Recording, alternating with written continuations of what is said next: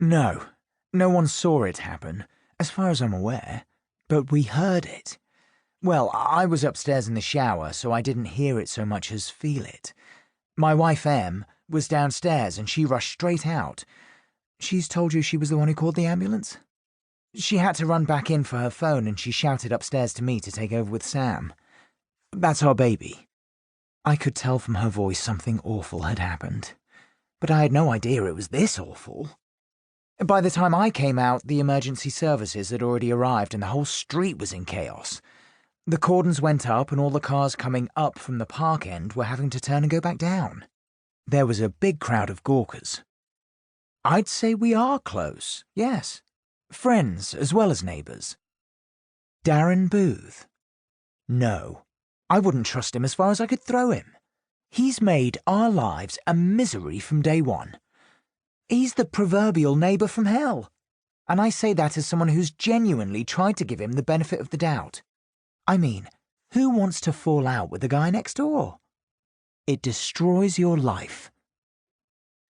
Come on, you can see for yourself the state of the place. Those officers I've seen taking bits away, are they forensics or something? Health and safety exec, right. Well, they'll tell you the same. The place was a total death trap. I'm amazed something like this didn't happen sooner. Mr. Anthony Kendall, 3, Lowland Way. House-to-house inquiries by the Metropolitan Police. August 11th, 2018. 7 weeks earlier. The flight into Gatwick was late, the traffic on the A23 the usual nightmare, and so tiredness at the wheel must surely have been a factor in Ant's failing to recognise his own street. He missed the turn off Portsmouth Avenue and had to take the next right, coming back up Lowland Way from the park end. Already, about half of the residents' cars had been removed for Play-Out Sunday. "Looks like someone's bought next door," Em said, peering in horror at what looked like a landfill site where the neighbouring garden used to be, right down to the bathroom sink, almost jaunty, like a cake decoration angled atop the pile. "What a state! I can't believe no one warned us." "Didn't want to ruin our holiday, probably. They're obviously putting in a new bathroom." "How many cars have they got?" Ant and Em had grown used to having the shared drive to themselves, but now Ant had to reverse the car into their side with care. "Our windows are going to be caked with dust," Em grumbled. "I hope we didn't leave any open." There was a faint edge to this remark. Ant knew she considered locking windows and doors men's work, some throwback perhaps to when primitive females lacked the muscular strength to roll the boulder into the mouth of the cave. Crazy. "We should go and say hello to them," he said. But once inside, what with unpacking and getting the laundry on and feeding Sam and the whole bath and bedtime routine that bisected every evening, he forgot all about the new neighbours, the apocalyptic new landscape next door. Then, at about 8, when Em was still settling Sam to sleep, his Winnie the Pooh music box tinkling its lullaby, there was the sudden ear-splitting stop-start of drilling. He dashed up in time to see Em appear from Sam's room, pulling the door behind her. What the hell was that? It came from next door. Em led the way into the spare bedroom, a stud partition from where Sam slept.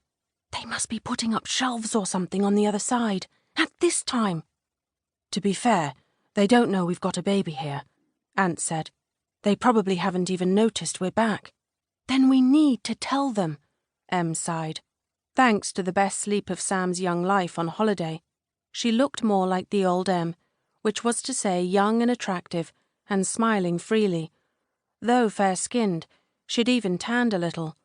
We knew someone would move in sooner or later. This was true, but what they'd possibly taken for granted was that the new neighbours would be, if not older and peace-loving like Jean, then certainly self-aware and considerate, like Finn and Tess Morgan on the other side. Even before Sam was born, the Morgans had been solicitous about their children's noise, which could be considerable, what with their communal garden arrangement with Finn's brother Ralph, who had 2 kids of his own. Ant was still not sure who belonged to whom.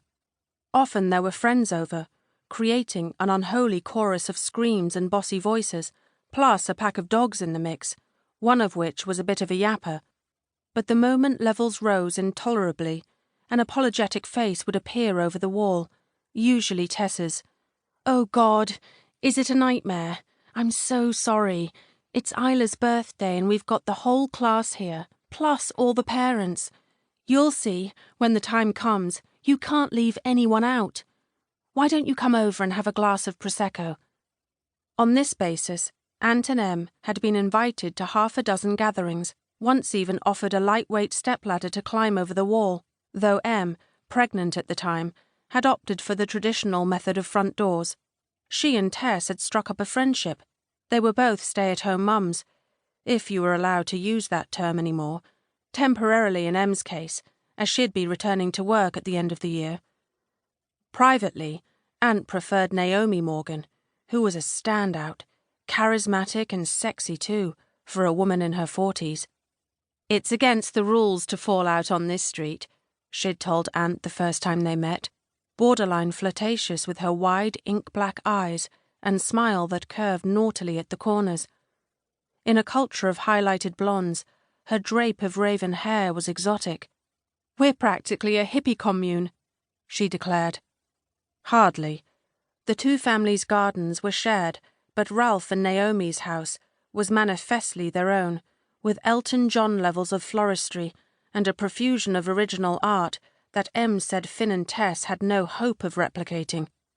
There was one particular sculpture, some sort of copper spiky cactus man, that Aunt had mentally noted as a hazard for when Sam started toddling. "They obviously haven't got young kids, or there's no way they'd be being so noisy," Em said now, and, on cue, voices rumbled behind the wall, a man's and a woman's, the words not quite distinct. Then, half a minute later, there was rock music. Very heavy rock,